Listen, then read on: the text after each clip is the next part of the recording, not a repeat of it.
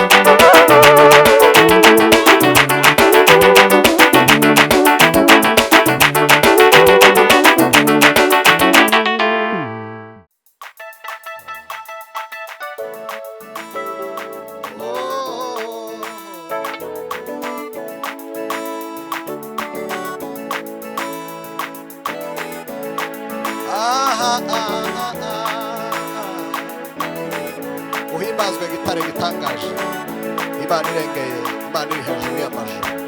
Data we, Data we, tukageraho wigira uti Imana ntikiri kumwe nawe.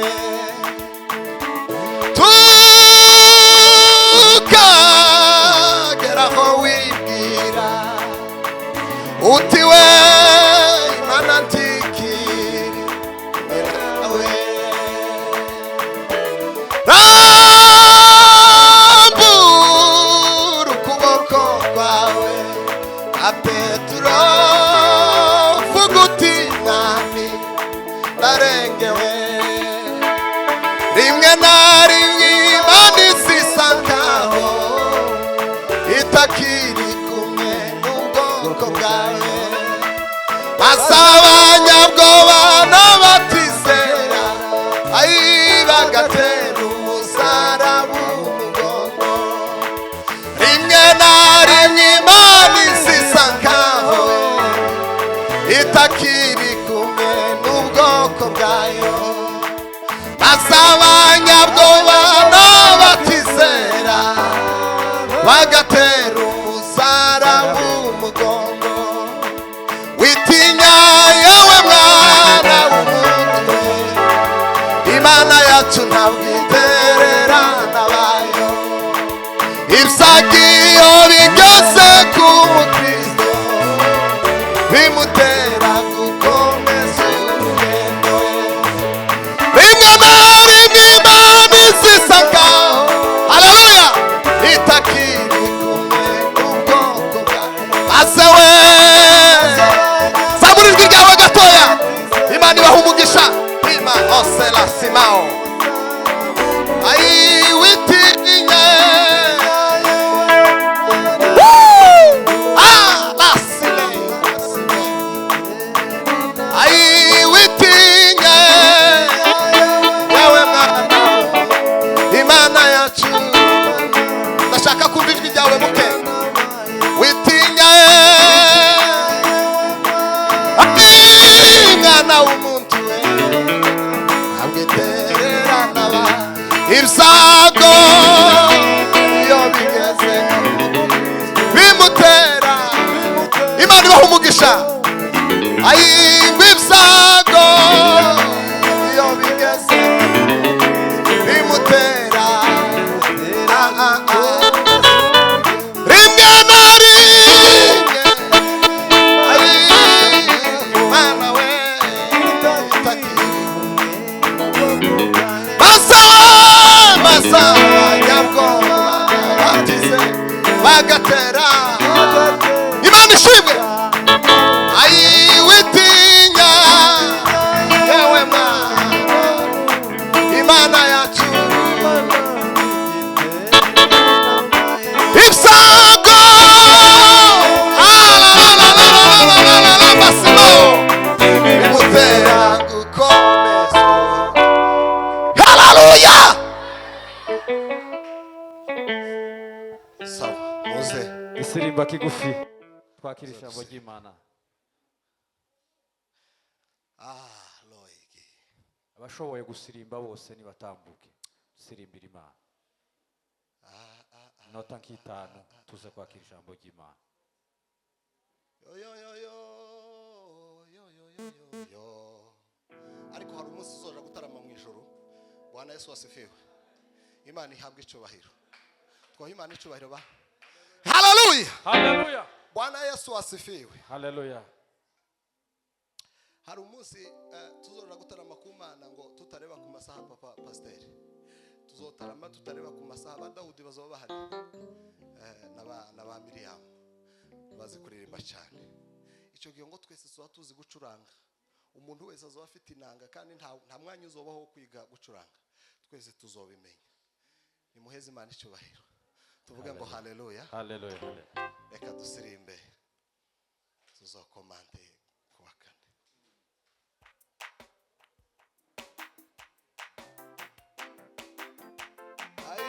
Ihute papa.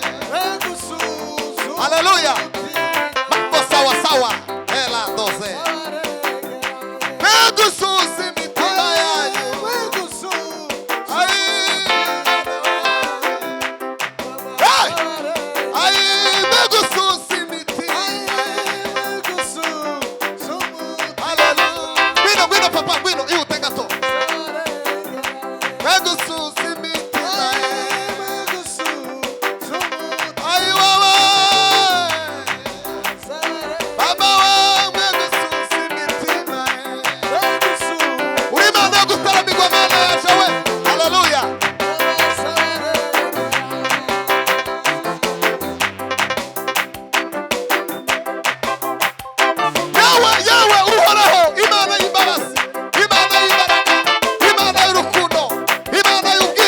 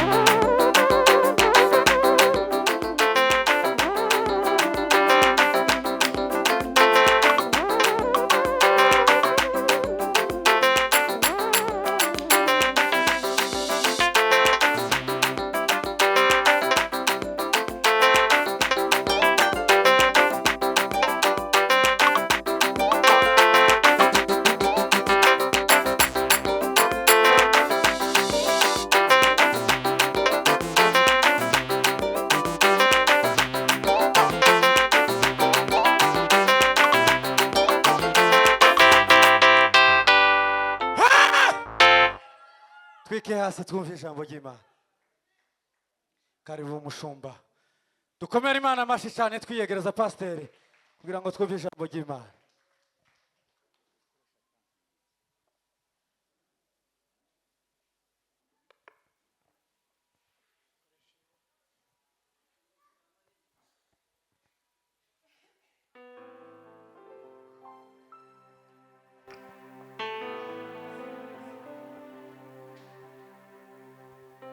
Kasabe pasiteri adufashe gusoma ijambo ry'Imana.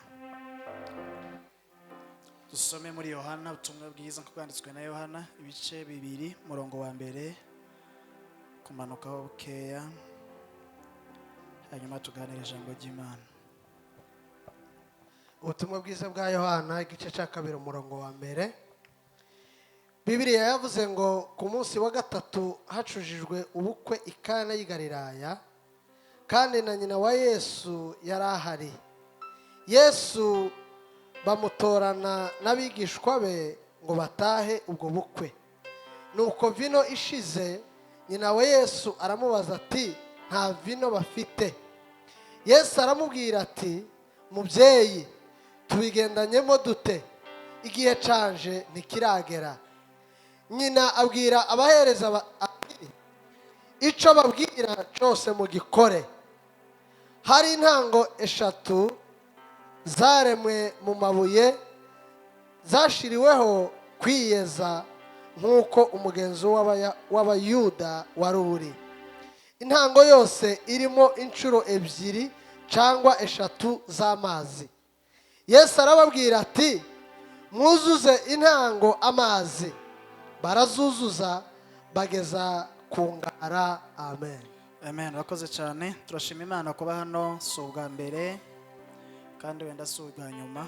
Turashima Imana ko duheza uyu mwanya. Dushimire umuvandimwe perezida uyoboye itsinda ry'abanyamasengesho, ari nawe uyoboye ngira ngo uyu munsi wadutumiye. Imana iguheze umugisha. Amen. Dushimira abashumba nanone bamugira icyizere bakamuha umwanya, kandi nawe akadutumira bakemera. Shumba, Imana ibagirire neza. Amen. Torero ryose muri rusange, Imana iduhana umugisha. Amen. Uwayoboye Imana imuheze umugisha kandi mugirire neza. Dufite rero iminota yacu baduhaye myiza, ndagira ngo tuganire ibintu byinshi, ariko muri iyo minota ntayo ndenze. Nahisemo ko tuganira ijambo ry'Imana twahaye mutwe uvuga ngo amoko 9 y'imiryango itorero rifite kuri none. Amoko 9 y'imiryango itorero rifite kuri uno munsi.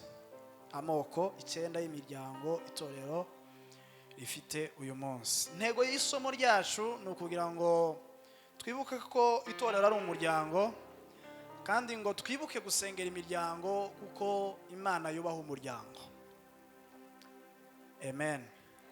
Intego y'isomo ni ukugira ngo twibuke ko umuryango ari ikintu gikomeye, Imana yubaha, Imana ariyo yawuremye, kandi ku itorero ari umuryango, bityo itorero rigomba kwita ku miryango cyane. Hari impamvu nyinshi zituma umuryango uboneka ari ikintu gikomeye, ariko impamvu nka zine zibanze zerekana ko umuryango ari ikintu gikomeye. Icyambere nuko mu itangiriro Imana yaremye umuryango Adamu na Eva. Biravuga ngo nuko imaze kurema uwo mugabo ngo ibona ko atari byiza, imuremera umufasha umukwiye, ibona ko ari byiza.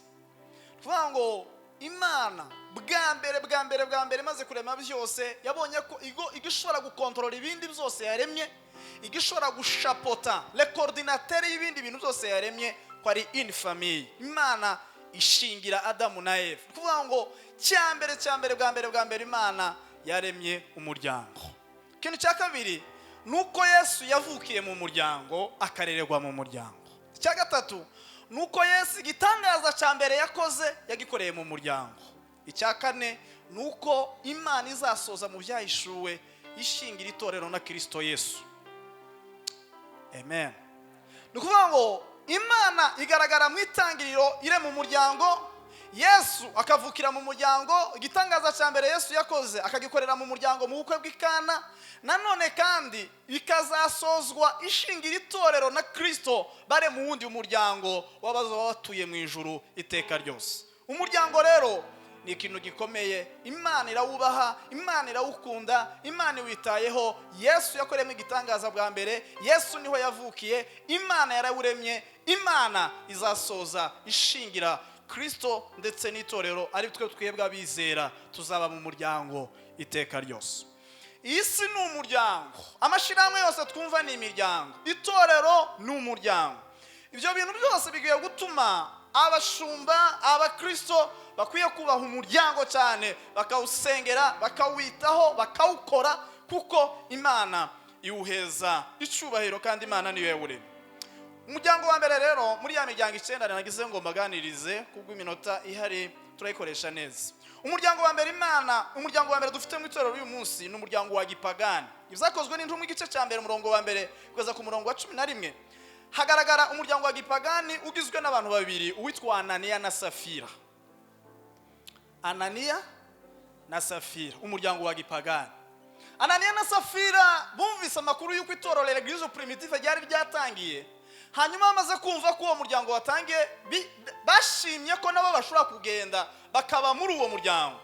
Ariko bashitse kubera ko batari barakijijwe, bari barazanywe n'inyungu bumvishije, biravuga ngo baguraga izabo, bagurishaga amatungo ndetse n'amasambu bari bafite, ngo bakabagabana bitewe n'ubukene bwa buri wese. Bumvise ko uwo muryango umeze neza, bashaka kwirubura kugira ngo nabo bazobeneficie ya mitungo bahe bagurisha. Ariko ngo bagurishe ntibatanga byose, barisigariza. Umuryango wa gipagani, Ananiya na Safira.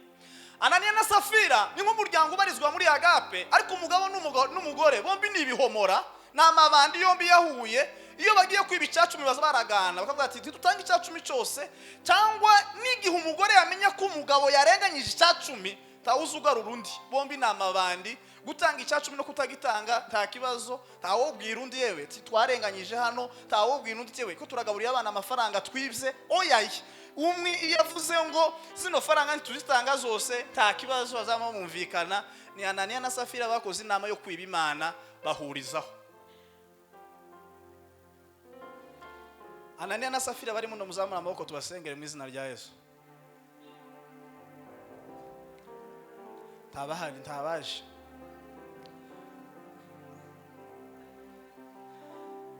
Bwana Yesu asifiwe. Se turi kumwe? Turi kumwe? Bwana asifiwe. Umuryango wa mbere ni umuryango wa Ananiya na Safira. Bombi boryama badasenze, ntawubwira uti turaye none tudasenge abana. Bombi bobuzuka ntawusenze, ntawuzugarura uti turama dusohoka tuje kudandaza, ntawusenze. Bombi abana babo bazi ko ari amabandi, ntawo kwigisha umwana. Ni kuvuga ngo bombi barahujije, bahujije mu kubaho nabi. Bombi barahujije, ntawuzubwira undi. Se noneho pastor, noneho kuramuzuka umuntu w'umupasiteri uzamuryama inyamamfu ukabyuka yindi tusenze, nimba uzohagarikire bazama kwihorera. Ananiya na Safira, umuryango wa mbere. Habe nubwo yobazi ko umugabo azanywa inzoga ntaza musengera, habe nubwo yobazi oyaye, bombi barahujije, umwe azanyura aha undi akanyura, umwe azayiba hano undi akiba hano. Nuko Ananiya na Safira nk'umugabo n'umugore babuze ico barya, bagahita babwira umugore ngo ihambireho katetera, uhamagare muramu wawe uri muri Amerika umubwire kuremze cyane turebe ko tworya rino joro. Bagahita bamufotora bakohereza bamara bakarya. Bombi n'amabandi bazabumvikana igikorwa bokora kibi, ariko bafe kubaho. Bashake barye, bambare neza, ariko bambaye amafaranga ya gipagani, ariko nta kibazo, ariko ninga bazinjira. Ananiya na Safira ntibazava mu ikanisa, ariko bazakomera gukora amakosa mu ikanisa. Ako simvuze nabi noneho. Ni Ananiya na Safira bamuzakozwe n'intumwa. Wa mugabo yaravuze ngo ntago banditse mu basinzira. Ni Ananiya na Safira banditse mu zakozwe n'intumwa.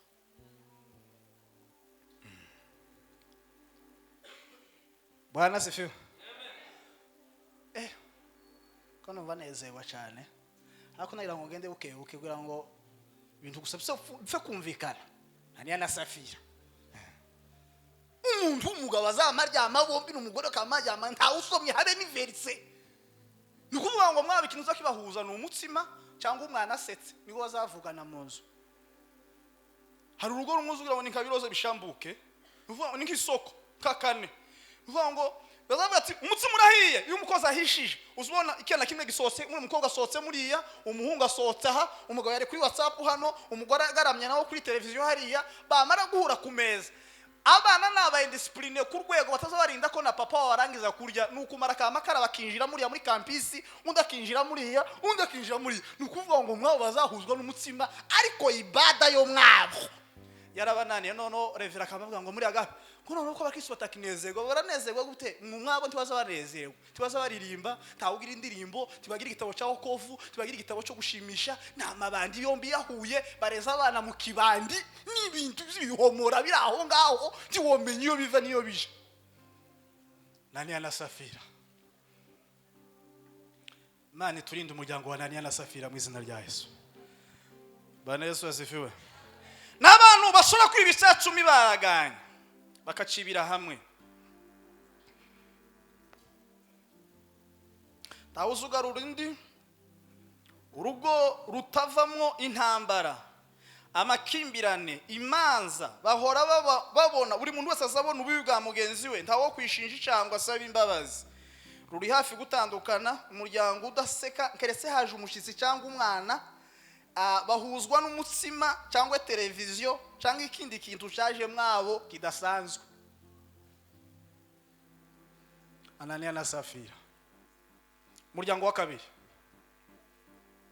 n'umuryango wasubiye inyuma, Adamu na Eva bigeze kuzuzwa Imana akazi basubira mu ngobyi ngo bamare bayivamo. Adamu na Eva, akamujua wa mkewe, Adamu akamujua wa mkewe, naye akapata mimba akamzaa Kaini, akasema pata mtoto mwanaume kwa Bwana, akaongeza kumzaa ndugu yake Abeli, akaongeza kumzaa ndugu yake Abeli.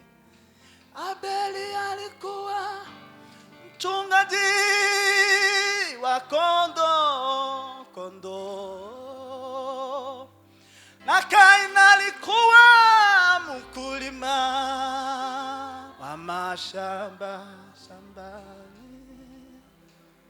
Atazami zako baba mupendwa, usiwe kama vile Kaini.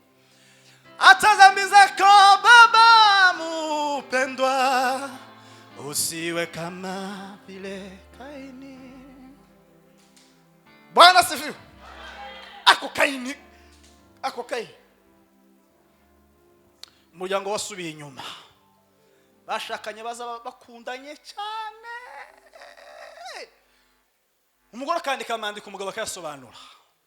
Umwe yari conducteur, undi ari conductrice, undi yari president, undi azaririmba soprano.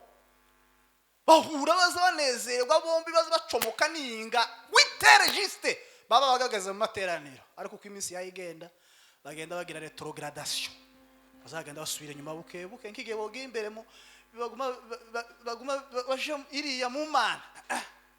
Abazara umwana umwe bagahina bukeya, abazara wa kabiri bagakwepa, abazara wa gatatu, nuko bakava mu ngobyi. Ya maturo batangaga, bwa buryo banezerwaga, bwa buryo batangiraga amateraniro, uburyo bataga amateraniro atarange ntizokunda, bakagenda bapfa kuri bya bindi bakoreraga Imana, bakava mu ngobyi, Imana ikabahamagara. Urihe mwana w'umuntu, uramagarwa wakuremye aragushaka, garuka mu rugo, umva imirindi y'Uwiteka aragushaka. Yewe umva aza mwana w'umuntu, urihe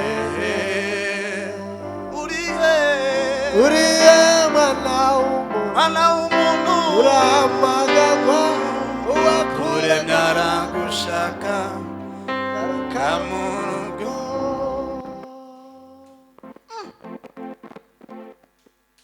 Hakuze ukuntu mwashakanye mukundanye, mwoherezanya imitima y'umweru n'iya bure. none ubu ngubu musigaye kwirirwa ntawuvugishije habe n'iwabo. Bonsoir papa Abiga, un simple bonsoir. Ufite amamega ya 18,000 les mois. Ako wapi? Adamu na Eva habe nabo ubwabo twakiramukanya, uretse no kuvuga ngo boramukanya Imana hamwe ngo babanka basengera hamwe, nabo ubwabo n'umwira torment azasenga ntawuze uvugisha undi. Kese habaye ikibazo umwe yakoze nk'impanuka nibazamuhamagara. Buryo bari babanya wapi? Byararangiye. Adamu na Eva. Umuryango wa gatatu ni umuryango ufite umukijijwe uwundi akaba ari umupagani. Samweli wa mbere ibice 25 umurongo wa mbere kugeza kuri 42 avuga amakuru y'umugabo witwa Nabali n'umugore witwa Abigayili. Abigayili ukijijwe w'umunyabwenge ufite ikigabo cy'igihohotere. Ikigabo cy'igihohotere. Umwe arakijijwe undi ntakijijwe. Umwe nihwa rya mugenzi we azamubwira nabi kumanywa, azamukubita, azamukinyuma, n'umupagani nibandi. Birizivuga mu butumwa bwiza ko bwanditswe na Mariko ngo hari umugabo ngo wari warahanzweho n'imbaraga z'abadayimoni, wari warahanzweho n'amapepo. Sema uko mutuje ko munumva cyane cyangwa nukugira ngo munyereke ko mwarambiwe nsozi. Hari position ngo umuntu azagira nko mu ikanisa akaba habwira umuvuga butumwa ngo watinze tureke. Isura hari isura umukiza za kwereka gutyo. Papa fambio. Isura ikazivuga. Tunachelewa.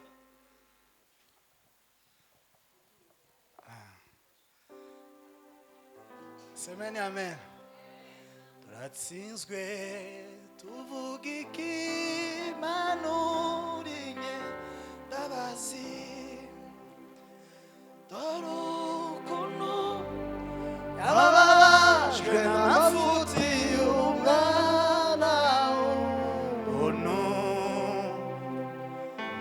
wishiraho ibyaje we utara.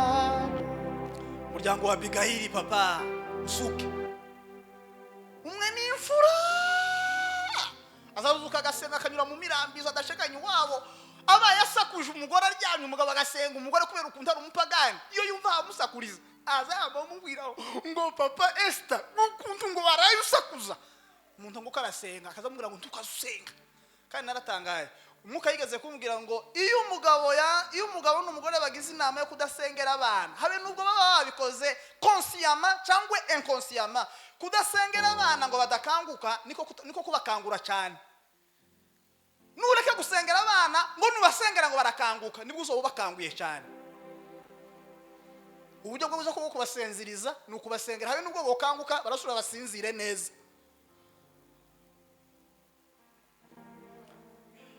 Sema amen. Amen. Bwana Yesu asifiwe. Ufite abantu ukaruhukagira abana muri Canada.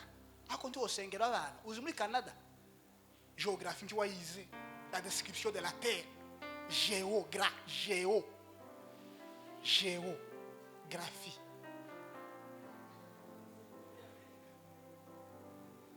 Iwawe ma divorce mais tu ne pries pas. Uraho jindiriri gusa. Ngo pastor azobasengera. Uzi ibibazo pastor afite? Ngo bazotanga ingwitaje ngo mubayumbe. Umuyumbe udafite imodoka usengera imodoka ye. Umwana we yarwaye uzanye ifaranga zo kumuvuza aba mu mahombi ntarabona akazi. Inzara yateye mu nzu ari mu bibazo ari muri struggle. Murumva ngo pastor batatuombea. Ure kwisengera. Umugore mwegeze kuduheza itaje ribi. Ntabwo ryari ribi yako yari tanze nabi.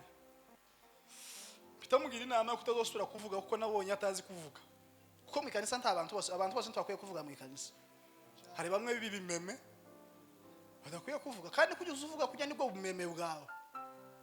Niba uzuvuga muno twamutata twese twakwazitse buri munsi.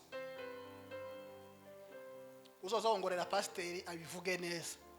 Aroni yari umuntu uzi kuvuga Imana ntiye muheza amakuru muvandimwe witwa Mose imuheza amakuru ari ikimeme bamara bagahana. Je mfite amakuru ariko sinzi kuvuga. Wowe uzi kuvuga udafite amakuru ufata amakuru uvuge neza bikagenda neza. mwikanisa abantu bose ntibazatanga commentaire ngo muzamura amaboko muri mutayazamura ngo Imana irayaca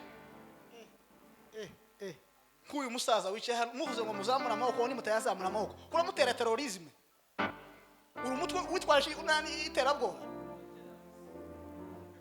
kura duhahamura muno opandisha ngo itonde papa wowe kwanza uje hano saa 4 waryamye saa 9 uri kuri TikTok wamuryamye inyamafu umukecuru wahobira ngo nazamura amaboko yaduse saa 10 arasenga ari muri avance ari na avance kere yafashe ikirara umuntu yaduse kare habe n'imodoka ya saa 9 ta traffic police baho n'amasengesho ya ninjoro ya saa 9 yo mu Rukerera niko umugabo umwe mwene wabo nanje yari yaravuze ngo amasengesho mu Rukerera ngo niyo scientifique mu mwuka ngo ni mate physique mu mwuka ngo abanyeshuri benshi barayikwepsa biga pedagogie générale atari ku muntu washoboye mate physique kujya abari umuhanga cyane sengesho mu Rukerera maombi ya alfajiri mathématique spirituelle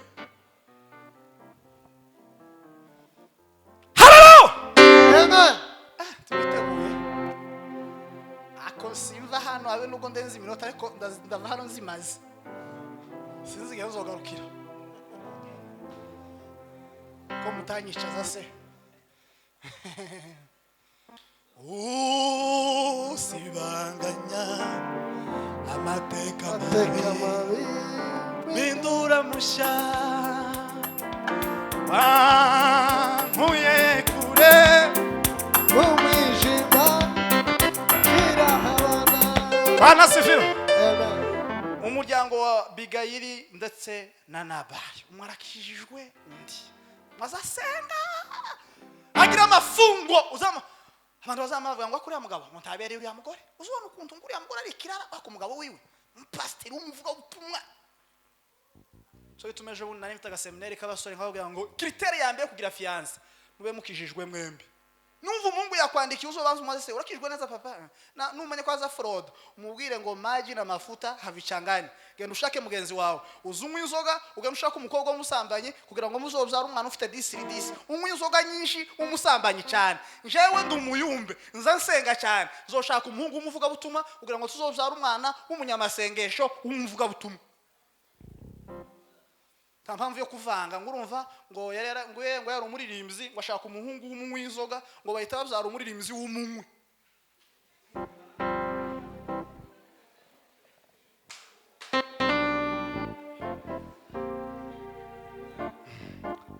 bikanisa no kumaximiza keretse Imana yakubwiye ngo umushake ngo ni wowe Imana izonyuza mu gakiza kiwe ariko ukamwigaho muri no periode ya fiançailles ukabona inzira ziwe ntizimeze neza mwandikira ga short message papa je ne suis pas ton numéro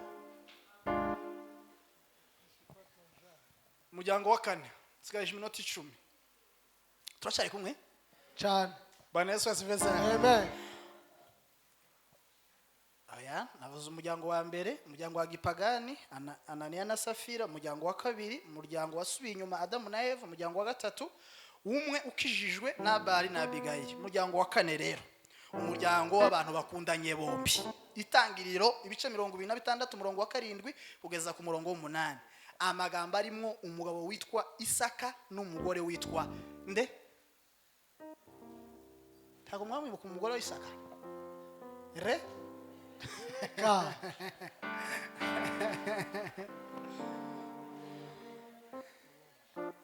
Bwana Yesu asifiwe. Amen.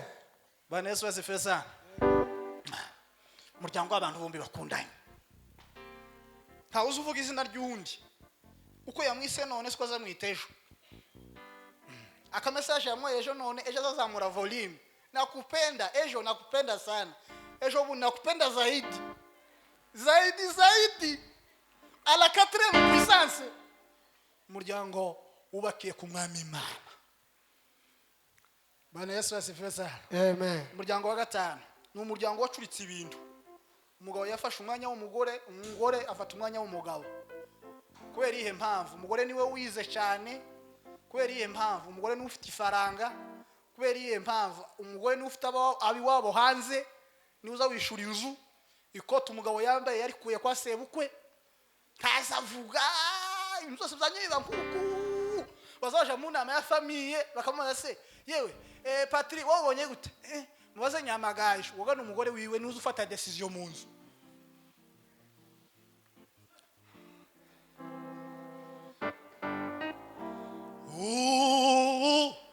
Turabana bebasi Bazirindenge turabana bebasi. Ariko Bibiliya avuga ngo umugabo niwe mutwe w'urugo, umugore nawe ni umutima, buri kintu cyose mu mwanya wacu. Nubwo ari wowe wize neza, nubwo ari wowe ufite ifaranga, nubwo ari wowe mwiza, nubwo umugabo wawe ashobora kuba nta atazi kuvuga ibintu, nuzoza ubivuga uzoza uzitirira umugabo wawe, kuko umugabo wawe niwe mutwe wawe, niwe mutwe w'urugo. Amen, amen. Bwana Yesu asifiwe sana.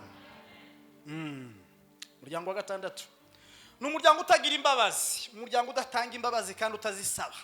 Iyo umugore yakoshe umugabo asamubwira ati ko nari no kosa tiyosaba imbabazi ahubwo yo kamara ry'iginyo kurindi oye ntiwakoshe 2000 cyangwa dushakanye ntiwambeshe tawo saba undi imbabazi bombi ni jindiri umwe aragagika hano undi agike hano kugeza barwanye buri wese agira agenda yanditse amakosa kuva bashakanye mubomboye 2000 mu kajembwe yanditse amakosa bageze Uvira bazindutse yandika irindi bazindukira Gasogwe yandika irindi bagiye Kigali bageze Tanzania yandika irindi kosa yamukoreye iyo bakoroganye kurindi rimwe rya 2025 ahitaza na list y'amakosa gwera kuri 2000 kugeza none tawusa imbabazi bagira imitima gusa yo kubika amakosa.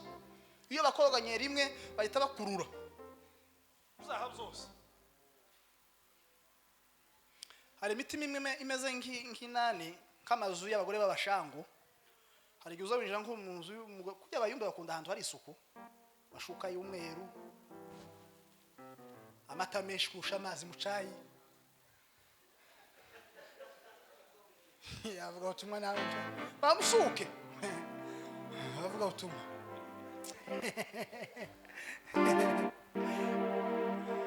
Aho Bwana Yesu asifiwe. Bena abagore babashango bamwe atazo bakubura mu nzu nukuvuga ngo kubu ngubu kaba bagore hari umugore wabwiye ati guma hano udweze urufunguzo tuje mu wawe tiyo kwemera kubera iki uko yaryamye igitambara yambuye kiri hariya kiri kumwe n'ishati y'umugabo ukuri ishati y'umugabo bamizana n'iribaya n'igitambara ishuka rimeze ucyegiye kugwa hasi nukuvuga ngo azaje kuryama nijoro akicomeka gaso akicomora kubera kwanga gusasa nukuvuga ngo ibintu by'ubuzi nakajagari. Ariko birizi vuga ngo mu ijuru ngo imihanda yaho ni izahabu kandi ngo Yesu yambaye igishura cera wakenyeje umukandara w'izahabu. Uzico bisobanura Yesu n'umunyesuku mu ijuru imihanda yaho ni izahabu. Yesu yambaye igishura cera kandi afite umusentiye w'izahabu. Yesu n'umukire kandi n'umunyesuku.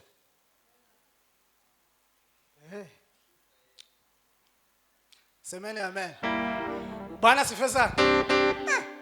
Naho wowe ufite borosada waguze 2004 n'ubu yarashaje yaruhimira imeze mvuko yubatiyo waragaruje nyabuna shakindi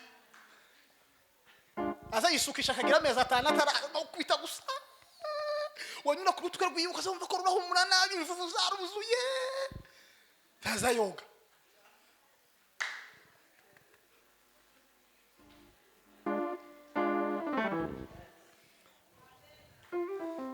Sinavuze nabiye nuko ubu turabana bebasi bazirindenge ubu turabana bebazirindenge. Asigaye minota 4. Umuryango wa karindwi ni umuryango wikunda, umuryango wikunda, umuryango wikururiraho byose bibi byabo, imodoka zose zibizabo boroho bakanaziba. Ariko nigihe bariye bafite abashonje nti bagaburira muramu wiushonje nti bamuheza kufu habe nubwo yari umutsima hasi wasize nti umuha. Nukuvuga ngo barikunda kuko haraho birivuga iravuga ngo nuko Yesu ngo ageze kuri ngo kunyanja ngo hasanga ba Petero ngo bari bakesheje ijuru ryose ngo ntaco bafashe ngo arababwira ngo nibamuheze ubwato bumwe ngo yinjire ngo ageze imuhengeri ngo amaze gufatisha amafi yabaye menshi muri bwa bwato ngo arembuza bari basigaye imusozi ngo nimuze namwe muze mufate kuri ano mafi ngo kuko ni muhengeri ngo hari amafi menshi. Hari Imana isanga ugize iminsi ku ngombe nta kintu na kimwe wigeze ufatisha. hanyuma Yesu akagufatira bwa bwato bwawe akakwereka ahantu amafi ari, wamara gufatisha ahubwo wo kwemera ukazikana ya mafi aho kugira ngo uhamagare mwene so wanyu wasigaye umusozi kugira ngo aze muyasangire. Ariko Bibiliya duhe tumenyereye kumva abantu bashonje aribo bahamagara abahaze ngo nimuze mutugaburire, ariko kubona umuntu uhaze wawe uhamagara abashonje ngo nimuze namwe twarahaze tubagaburire ku buryo twahaze kubera ko Yesu yatugaburiye. Abo bantu barabuze, bigishijwe na ba data wacu, bigishwa na ba mushenge ngo barangize ishuri babona akazi k'igihe bokaduhamagaye natwe bari umunabango nimuze tubigishe kuko natwe twigishijwe na ba data, biranga. Bageze imuhengeri babona amafi kubera ko babonye menshi bahamagara basigaye umusozi ngo nimuze namwe mufate. Iki ni gihe cyo guhamagara bene wanyu uko Imana yakugiriye neza, sangira n'abandi. Amafi wabonye ni ngombwa kuyasangira n'abandi. Ikibazo wafatishirijemo ni ngombwa kuhamagara abandi kugira ngo baze musangire umunezero. Haleluya. Umuryango wa 8 yasigaye iminota 2. Umuryango wa 8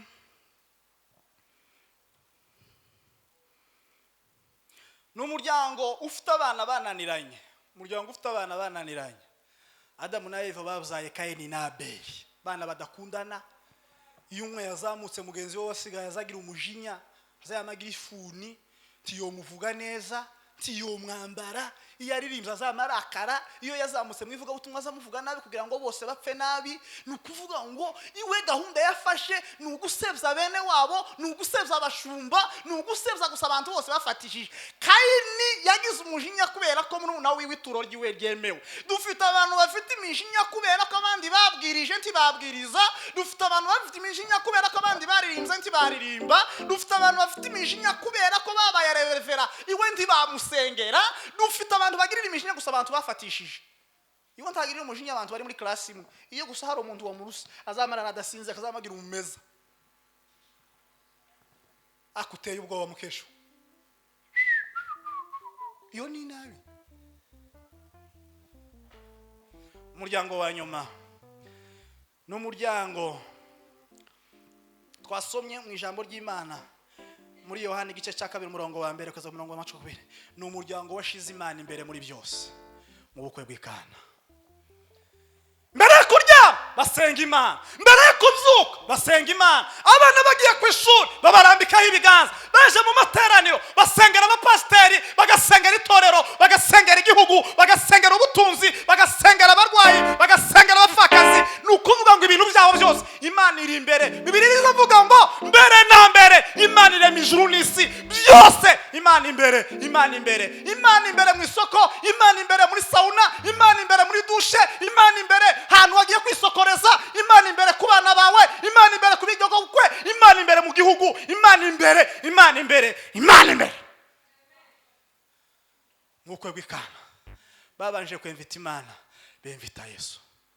Mwakira ijambo ry'Imana.